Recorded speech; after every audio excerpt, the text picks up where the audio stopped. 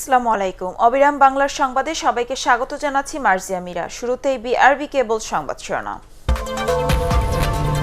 Metro rail Karnaphuli tunnel চালুর পর এবছর বদলে যেতে পারে দেশের অর্থনীতি ও পুঁজিবাজার।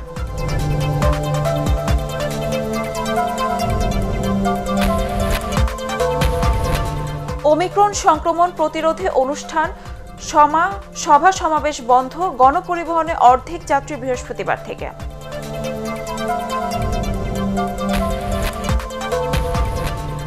নারায়ণগঞ্জ সিটি নির্বাচনে অভিমান নিয়ে আইভির পক্ষে মাঠে নামলেন শামীম ওসমান।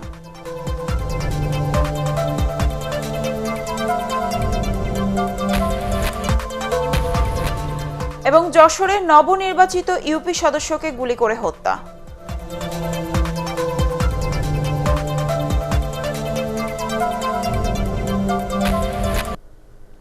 শুনছিলেন বিআরবি কেবল সংবাদ শিরোনাম। মেট্রো রেল ও কর্ণফুলী টানেল চালুর পর এবছরে দেশের অর্থনীতি আরও গতিশীল ও চাঙ্গা হবে দেশের পুঁজিবাজার। বাড়বে ব্যক্তি ও প্রাতিষ্ঠানিক বিনিয়োগ, মনে করছেন শেয়ার বাজার বিশ্লেষকরা। তবে তারা বলছেন এ বাজারের গভীরতা বাড়ানো এখনও বড় চ্যালেঞ্জ। নিয়ন্ত্রক সংস্থা সিকিউরিটিজ অ্যান্ড এক্সচেঞ্জ কমিশন জানিয়েছে, নতুন বছরে বিনিয়োগকারীদের ভালো মুনাফা দিতে শেয়ার বাজারের জবাবদিহিতা ও স্বচ্ছতা বাড়ছে। শাফর আলমের রিপোর্ট। চলতি বছরেই চালু হচ্ছে স্বপ্নের মেট্রো রেল। নগর পরিবহনে যোগ হবে নতুন মাত্রা, কমবে রাজধানীর যানজট ও যাত্রীদের ভোগান্তিও, জীবনযাত্রায় বাড়বে গতি। এবছরই চট্টগ্রামে চালু হচ্ছে কর্ণফুলী টানেল। এসব অবকাঠামোর সুবিধায় কলকারখানায় উৎপাদন সচল হবে, প্রসারিত হবে দেশের অর্থনীতি, যার ইতিবাচক প্রভাব পড়বে দেশের পুঁজিবাজারেও। ইন্ডেক্স গ্রোথ হয়েছে প্রায় 25% এবং মার্কেট ক্যাপের গ্রোথ হয়েছে প্রায় 21%। যেহেতু ব্যাংকে সুদের হার কম, সেহেতু বিনিয়োগকারীদের একটু ভালো রিটার্ন পাওয়ার জন্য পুঁজিবাজারের প্রতি সম্পৃক্ত হওয়ার আগ্রহ তৈরি হবে বলে আমরা বিশ্বাস করি। আমাদের ক্যাপিটাল মার্কেট একটা জায়গা যেখান থেকে আমরা লং টার্ম ফান্ড রেজ করতে পারি, সুতরাং ওই জায়গাকে আমাদেরকে কিন্তু যৌক্তিক পর্যায়ে নিয়ে যেতে হবে এবং রেগুলেটরি বডির মধ্যে একটা ভালো সমন্বয় তার দরকার আছে। নতুন বছরের প্রথম সপ্তাহে পুঁজিবাজারের সূচক বেড়েছে 3.4 গড়ে লেনদেন হয়েছে 1400 কোটি টাকারও বেশি, যেখানে আধিক্য ছিল ব্যাংক, বিমা ও টেক্সটাইল খাতের। তবে হাতে গোনা কয়েকটি খাতের উপর নির্ভরশীল হওয়ায় পুঁজিবাজারের ব্যাপ্তি বাড়ছে না, এমন মত বিশ্লেষকদের। যদিও নিয়ন্ত্রক সংস্থা আরও বেশি সংস্কারের উদ্যোগ নিয়েছে বলে জানিয়েছে। মোর দেন 1/3 আপনার হচ্ছে transaction volume bank and financial institution করে।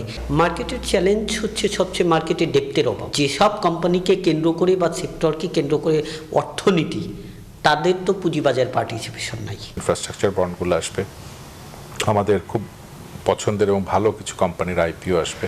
বিনিয়োগকারী যখন রিটার্ন পাওয়া শুরু করবে, সেটা যেই ফর্মেই হোক, ক্যাশ স্টক যেভাবেই হোক, তখনই এই বাজারের প্রতি মানুষের আকর্ষণ বাড়বে। ব্যাংকিং খাতের পাশাপাশি পুঁজিবাজারে আরও বেশি প্রতিষ্ঠানকে লিস্টিং করার পরামর্শ দিয়েছেন অনেকেই। শরফুল আলম, এটিএন বাংলা, ঢাকা। করোনা সংক্রমণ রোধে হাটবাজার ও গণপরিবহন সহ জনসমাগমে এখন থেকে মাস্ক না পরলে শাস্তির সম্মুখীন হতে হবে। ধারণ ক্ষমতার অর্ধেক যাত্রী নিয়ে চলবে গণপরিবহন। করোনা সংক্রমণ ঠেকাতে সোমবার 11 দফার নির্দেশনা জারি করে সরকার, যা কার্যকর হবে আগামী বৃহস্পতিবার থেকে। আর স্বাস্থ্যবিধি নিশ্চিত করতে সারা দেশের মাঠে থাকবে ভ্রাম্যমাণ আদালত। এসব নির্দেশনা বাস্তবায়নে সরকারকে কঠোর হওয়ার পরামর্শ দিয়েছে কোভিড বিষয়ক জাতীয় পরামর্শক কমিটি। এদিকে 4 মাস পর দেশে করোনা সংক্রমণের হার 8% উপরে উঠেছে। আরও জানাচ্ছেন মইনুল হাসান। দেশে দ্রুত গতিতে ছড়িয়ে পড়ছে করোনা সংক্রমণ ঠেকাতে এবার 11 দফার নির্দেশনা জারি করল সরকার। এতে সবচেয়ে বেশি গুরুত্ব দেওয়া হয়েছে মাস্ক পরা আর স্বাস্থ্যবিধি মানার উপর। এখন থেকে হাটবাজার, শপিং মল, গণপরিবহন সহ যে কোনো ধরনের জনসমাগমে অবশ্যই মাস্ক পরতে হবে, না হলে পেতে হবে শাস্তি। স্বাস্থ্যবিধি আর মাস্ক পরা নিশ্চিত করতে সারা দেশে মাঠে থাকবে মোবাইল কোর্ট। রেস্তোরাঁয় বসে খেতে আর আবাসিক হোটেলে থাকতে হলে অবশ্যই করোনার টিকা সনদ দেখাতে হবে। 12 বছরের বেশি বয়সী শিক্ষার্থীরা টিকা না নিলে শিক্ষা প্রতিষ্ঠানে প্রবেশ করতে পারবেন না। গণপরিবহন চলবে ধারণ ক্ষমতার অর্ধেক যাত্রী নিয়ে। বিদেশ থেকে দেশে ফিরলে করোনা সনদ দেখানোর পাশাপাশি র্যাপিড অ্যান্টিজেন টেস্ট করাতে হবে। উন্মুক্ত স্থানে সব ধরনের রাজনৈতিক, সামাজিক ও ধর্মীয় অনুষ্ঠান বন্ধ থাকবে। মাস্ক পরা ও স্বাস্থ্যবিধি পালনে জুম্মার নামাজের খুতবায় ইমামগণ মুসল্লিদের সচেতন করবেন। এছাড়া করোনা সংক্রমণ ঠেকাতে বিশেষ কোনো পরিস্থিতি সৃষ্টি হলে স্থানীয় প্রশাসন ব্যবস্থা নেবে। এইগুলো প্রত্যেকটাই কিছু না কিছু কাজ করবে। বিভিন্ন যে স্টেক হোল্ডার তাদেরকে যদি আমরা সম্পৃক্ত করতে পারি তাহলে কাজ হবে, শুধুমাত্র আইন শৃঙ্খলা রক্ষাকারী বাহিনীকে দিয়ে হবে না। এদিকে ৪ মাস পর দেশে করোনা সংক্রমণের হার আবারও ৮% উপরে উঠল। স্বাস্থ্য অধিদপ্তরের সংবাদ বিজ্ঞপ্তিতে জানানো হয়, গত ২৪ ঘন্টায় ২৬,১৪৩টি নমুনা পরীক্ষায় ২,২৩১ জনের দেহে করোনা শনাক্ত হয়। শনাক্তের হার ৮.৫৩%। এদিকে ২৪ ঘন্টায় করোনা ভাইরাসে দেশে আরও ৩ জনের মৃত্যু হয়েছে। তাদের মধ্যে ঢাকায় ২ জন এবং রাজশাহীতে ১ জন। গত ডিসেম্বরের শুরুতেই করোনা শনাক্তের হার ছিল ১% ঘরে। ডিসেম্বরের শেষে দ্রুতই বাড়তে থাকে সংক্রমণ। মইনুল হাসান, এটিএন বাংলা, ঢাকা। এখনই শিক্ষা প্রতিষ্ঠান বন্ধ করা হচ্ছে না, তবে স্বাস্থ্যবিধি মানতে মনিটরিং জোরদার করা হবে। সচিবালয়ের সংবাদ সম্মেলনে এই সিদ্ধান্তের কথা জানান শিক্ষামন্ত্রী ডাক্তার দীপমণি। তিনি বলেন, আগামী ৩১ জানুয়ারির মধ্যে ১২ থেকে ১৮ বছর বয়সী সব শিক্ষার্থীকে টিকা দেওয়া হবে। আইডি কার্ড কিংবা প্রবেশপত্র দেখালেই টিকা নিতে পারবেন শিক্ষার্থীরা। মাহবুব কবির চপলের রিপোর্ট। পরিকল্পনা ছিল নতুন বছরের শুরু থেকে শিক্ষার ক্ষতি পুষিয়ে নেয়ার, তবে করোনার ঊর্ধ্বমুখী সংক্রমণ পাল্টে দিয়েছে হিসেব নিকেশ। উল্টো শিক্ষা প্রতিষ্ঠান চালু রাখা ঠিক হবে কিনা তা নিয়ে সংশয় দেখা দিয়েছে। এ বিষয়ে কোভিড-১৯ জাতীয় পরামর্শ কমিটির সাথে রোববার রাতে বৈঠক করেন শিক্ষামন্ত্রী। পরে সংবাদ সম্মেলনে তিনি জানান, শিক্ষা প্রতিষ্ঠান বন্ধের মতো পরিস্থিতি এখনও সৃষ্টি হয়নি।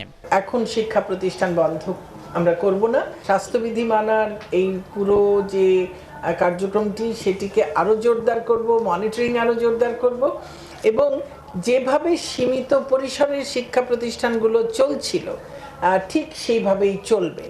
আর আমরা এই যে পরামর্শ কমিটি তাদের সঙ্গে আমরা নিয়মিতভাবে আমরা বৈঠক করব। আমাদের তো সব দিকে আসলে দেখতে হচ্ছে। গত ১.৫ বছরে ২ বছরে যে ঘাটতি হয়েছে সেটা পূরণের আমাদের চেষ্টা করতে হবে। সামনে যেন নতুন ঘাটতি না হয় সেটা চেষ্টা করতে হবে। আমরা পার্সেন্টেজ কত হলে বন্ধ করব সেটা এই মুহূর্তে আমরা সেটা বলতে পারছি না। আমরা আসলে ওভারঅল পরিস্থিতিটা বুঝে, এবং যেহেতু আমরা কন্টিনিউয়াসলি আমরা এঙ্গেজ করছি তাদের সঙ্গে, পর্যালোচনা করছি, কাজেই সেভাবেই সিদ্ধান্তটা হবে যদি আমরা মনে করি যে করা দরকার। তিনি জানান, শিক্ষার্থীদের টিকা কার্যক্রমে সর্বোচ্চ গুরুত্ব দেওয়া হচ্ছে। যদিও মাধ্যমিক পর্যায়ের ৭২ লাখ আর বিশ্ববিদ্যালয় পর্যায়ের ২১ লাখ শিক্ষার্থী এখনও ১ ডোজ টিকাও পায়নি। ৩১ জানুয়ারির মধ্যে তাদের টিকা দেয়া হবে বলে জানান শিক্ষামন্ত্রী। এই সময় পর্যন্ত টিকাবিহীন শিক্ষার্থীরা স্কুল কলেজে আসতে পারবে না, ক্লাস করতে হবে অনলাইনে। ৩১ জানুয়ারির মধ্যে আমাদের যে ৭৫,৫৪,৬০৬ জন একটা ডোজ পায়নি, তাদের অন্ততপক্ষে প্রথম ডোজ আমরা সম্পন্ন করতে পারবো ইনশাআল্লাহ। এটি আমাদের পরিকল্পনা। তারা যে শিক্ষার্থী সেই প্রমাণটুকু দিতে পারলেই তাদের টিকা দিতে পারবে তারা। ১২ বছরের নিচের শিক্ষার্থীদের টিকা দেওয়ার বিষয়ে এখনও সিদ্ধান্ত হয়নি বলেও জানান শিক্ষামন্ত্রী। তাদেরকে টিকা দিতে আমরা পারছি না। মাহবুব কবির চপল, এটিএন বাংলা, ঢাকা। সংক্রান্ত যে জামালপুরে কারা মহাপরিদর্শকের বহরের গাড়ি চাপায় সৈয়দ গোলাম সরোয়ার আকা নামে স্থানীয় এক আওয়ামী লীগ নেতা নিহত হয়েছে। তিনি পৌরসভার ১০ নং ওয়ার্ডে আওয়ামী লীগের সভাপতি। এ ঘটনায় বিক্ষুব্ধ আওয়ামী লীগ নেতাকর্মীরা আজ শহরের মানববন্ধন ও বিক্ষোভ সমাবেশ ডেকেছেন। সোমবার বিকেলে শহরের বাইপাস রোডে পৌরসভার ময়লার ডাম্পিং স্টেশনের সামনে ওই দুর্ঘটনা ঘটে। জামালপুর সদর থানার ওসি রেজাউল ইসলাম খান জানান, কারা মহাপরিদর্শক ব্রিগেডিয়ার জেনারেল ASM আনিসুল হক সোমবার জামালপুর জেলা কারাগারের উন্নয়ন কাজ পরিদর্শন করেন। এ সময় তার সাথে ছিলেন DIG প্রিজন সহ আরও কয়েকজন কর্মকর্তা। বিকেলে ঢাকা ফেরার সময় তাদের বহরের একটি গাড়ির চাপায় গুরুতর আহত হন আওয়ামী লীগ নেতা আকা। আহত অবস্থায় জামালপুর জেনারেল হাসপাতালে নিলে কর্তব্যরত চিকিৎসক তাকে মৃত ঘোষণা করেন। এবার নারায়ণগঞ্জ সিটি কর্পোরেশন নির্বাচনের খবর।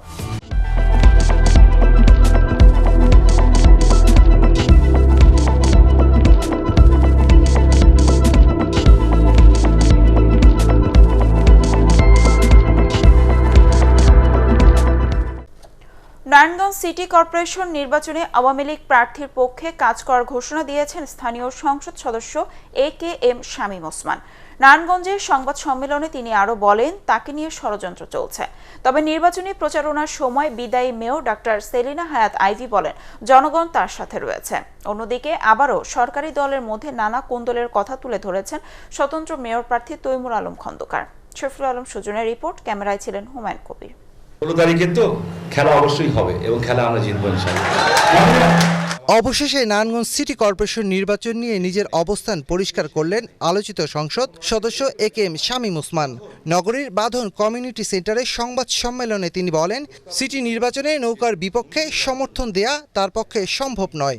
দলীয় প্রার্থীর পক্ষে প্রচারে নামারও ঘোষণা দেন নারায়ণগঞ্জ 4 আসনের এই সাংসদ। যেভাবে নামা উচিত আমার সেভাবে নামতে পারিনি, তবে আজকের থেকে ইনশাআল্লাহ সেভাবে নামলাম। আমি মনে করি আমাদের জয় হবে, কারণ নারায়ণগঞ্জ নৌকার ঘাঁটি, নারায়ণগঞ্জ শেখ হাসিনার ঘাঁটি, নারায়ণগঞ্জ বঙ্গবন্ধুর ঘাঁটি, নারায়ণগঞ্জ মুক্তিযুদ্ধের সপক্ষের ঘাঁটি। এখানে অন্য খেলা খেলার চেষ্টা করবেন না। এ সময় আওয়ামী লীগ প্রার্থী ডাক্তার সেলিনা হায়াত আইভির তাকে নিয়ে করা বক্তব্যের জবাব দেন শামীম ওসমান। এখন যদি কারোর ইচ্ছা হয় আমাকে আজকে গডফাদার বলতে, বলবেন। 2 দিন আগে যদি তার কারোর ইচ্ছা হয়েছে আমাকে ফাদার বলতে, উনি বলেছেন। 3 দিন আগে বলতে ইচ্ছা হয়েছে ব্রাদার, বলেছেন। এখন যদি কার মনে হয় যে আমি আজকে তোমাকে ব্রাদার বলবো, কালকে তোমাকে ফাদার বলবো, পরশু তোমাকে গডফাদার বলবো, ভাই যাই বলেন বলেন, গড মাদার বলেন না।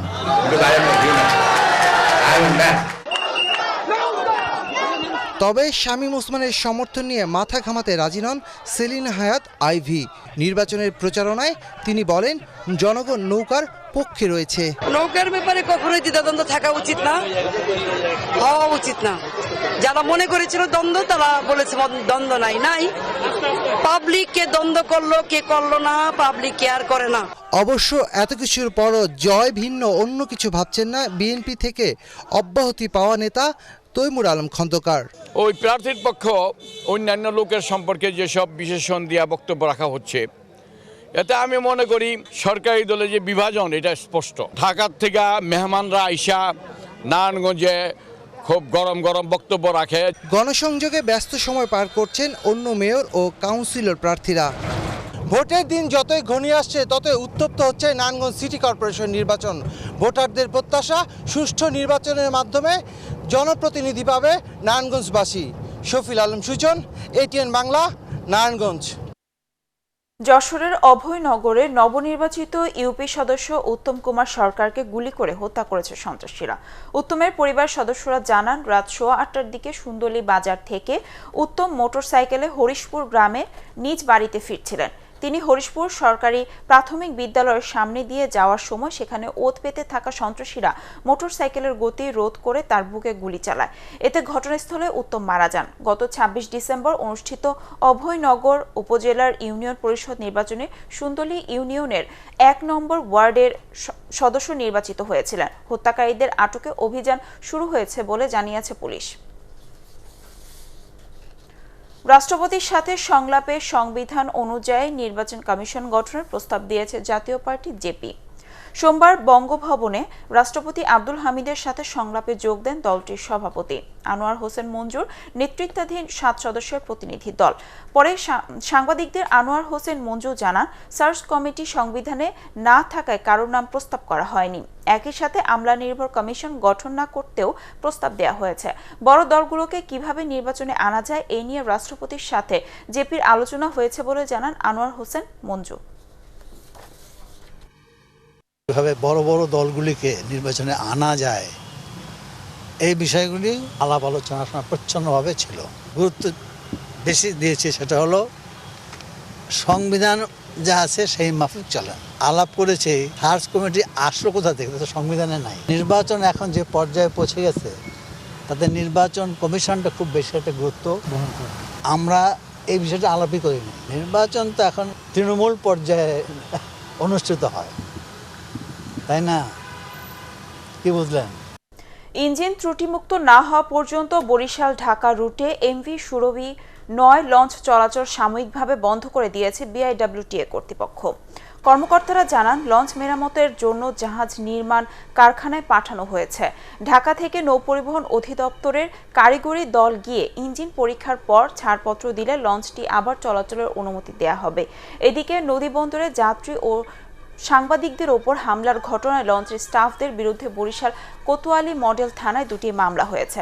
গত শনিবার রাতে ঢাকা থেকে বরিশাল যাওয়ার পথে ইঞ্জিনের সাইলেন্সারে আগুন দেখে 999-এ অভিযোগ করেন যাত্রীরা। এরপর নৌ পুলিশ, কোস্টগার্ড ও বিআইডব্লিউটিএ কর্মকর্তারা গিয়ে লঞ্চটি আটক করেন। পরে লঞ্চটি বরিশাল সদরঘাটে পৌঁছার পর স্থানীয় সাংবাদিক ও বেশ কয়েকজন যাত্রীর ওপর হামলা চালায় স্টাফরা। এ ঘটনায় অন্তত 20 জন আহত হন। হবিগঞ্জ সদর হাসপাতালে আগুন লাগায় তাড়াহুড়া করে বের হতে গিয়ে অন্তত 10 জন রোগী আহত হয়েছে। রোগীরা জানায়, গতরাতে হবিগঞ্জ সদর আধুনিক হাসপাতালের ছাদের ওপর পরিত্যক্ত একটি বেডে আগুন লাগে। এ খবর জানাজানি হওয়ায় হাসপাতালের রোগীরা হুড়োহুড়ি করে বের হওয়ার চেষ্টা করে। এর মধ্যে খবর পেয়ে ফায়ার সার্ভিসের 2টি ইউনিট গিয়ে আগুন নিয়ন্ত্রণে আনে। হাসপাতালটিতে কমপক্ষে 300 রোগী ছিল বলে সংশ্লিষ্টরা জানিয়েছেন, তবে তাদের তেমন ক্ষয়ক্ষতি হয়নি। এবার আন্তর্জাতিক সংবাদ।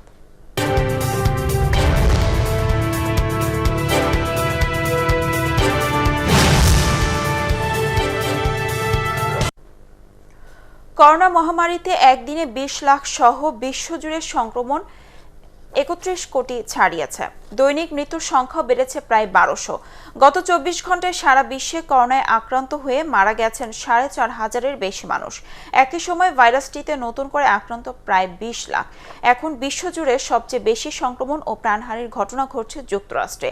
দ্বিতীয় অবস্থানে রয়েছে রাশিয়া। প্রাণহানির তালিকায় এরপরে রয়েছে ফ্রান্স, ইতালি, জার্মানি, ফিলিপাইন ও হাঙ্গেরি। করোনা ভাইরাসে আক্রান্ত, মৃত্যু ও সুস্থতার হিসাব রাখা ওয়েবসাইট ওয়ার্ল্ডোমিটার্স থেকে পাওয়া সর্বশেষ তথ্য অনুযায়ী গত 24 ঘন্টায় সারা বিশ্বে করোনায় আক্রান্ত হয়ে মারা গেছেন 4512 জন, যা দিনের তুলনায় সংখ্যার চেয়ে 1200 বেশি।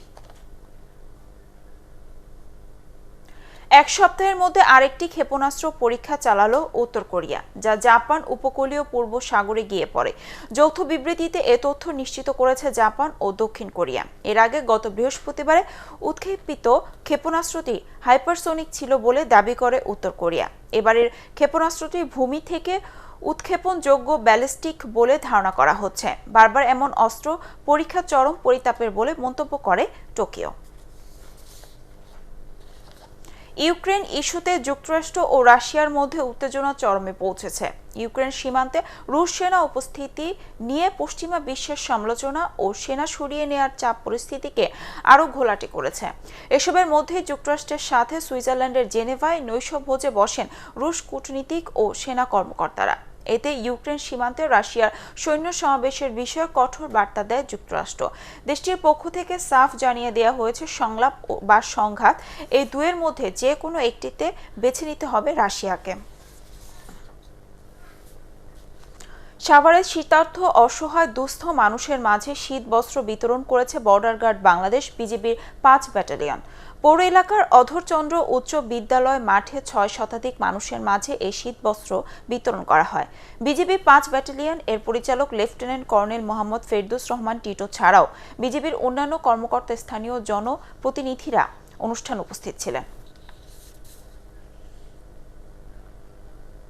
এবার পার্টেক্স খেলার খবর।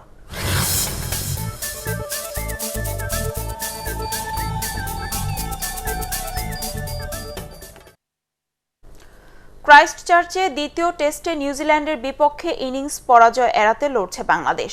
আগের দিন ফলো-অনে পড়া সফরকারীরা ম্যাচের তৃতীয় দিন 27 রানে হারায় সাদমান ইসলামের উইকেট। এরপর 71-এর নাজমুল হোসেন শান্ত বিদায় নেন 29 রানের পুঁজিতে। মোহাম্মদ নাইম, মুমিনুল হক, ইয়াসির আলীরাও পারেননি দলের হাল ধরতে। চাবিরতির আগে 152 রান তুলতে 5 উইকেট হারায় সফরকারীরা। নিউজিল্যান্ডের 6 উইকেটে 521 রানের জবাবে প্রথম ইনিংসে মুমিনুলের দল অল আউট হয় মাত্র 126 রানে। শেষ খবর পাওয়া পর্যন্ত বাংলাদেশের সংগ্রহ 257 রানে 7 উইকেট।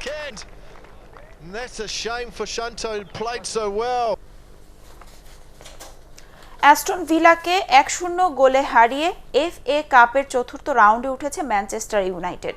নিজেদের মাঠ ওল্ড ট্রাফোর্ডে ম্যাচের 8 মিনিটে ম্যাকটমিনের গোলে এগিয়ে যায় রেড ডেভিলরা। এরপর প্রথমার্ধেই সমতায় ফেরার সুযোগ পায় অ্যাস্টন ভিলা, কিন্তু 30 মিনিটে লিন্ডলেফের শট ফিরে আসে ক্রসবারে লেগে। দ্বিতীয়ার্ধে ড্যানি ইয়াংসের গোল বাতিল হয় ফাউলের কারণে।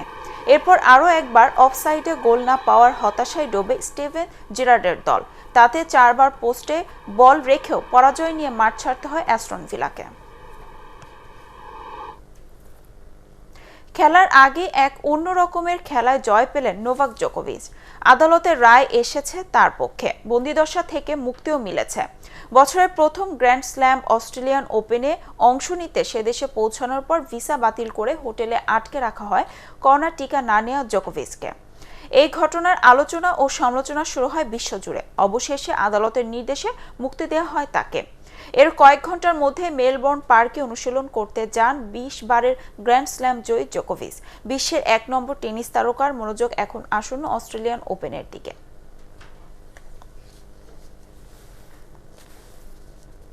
শেষ করার আগে বিআরবি কেবল সংবাদ শিরোনাম আরেকবার। মেট্রো রেল কর্ণফুলী টানেল চালুর পর এবছর বদলে যেতে পারে দেশের অর্থনীতি ও পুঁজিবাজার।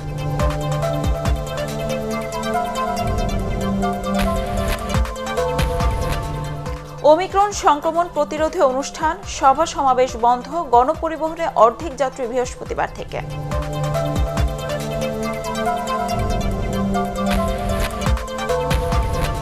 নারায়ণগঞ্জ সিটি নির্বাচনে অভিমান নিয়েই আইভির পক্ষে মাঠে নামলেন শামীম ওসমান।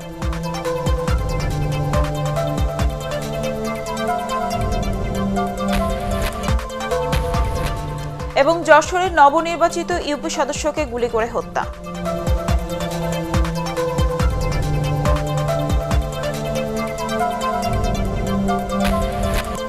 পরবর্তী সংবাদ দেখার আমন্ত্রণ জানিয়ে এখনকার মতো শেষ করছি। করোনা ভাইরাস থেকে নিজেকে সুরক্ষিত রাখতে মাস্ক পরুন, বারবার হাত পরিষ্কার করুন। ATN বাংলা সংবাদ ইউটিউবে দেখতে ব্রাউজ করুন youtube/ATN বাংলা নিউজ। ধন্যবাদ সবাইকে।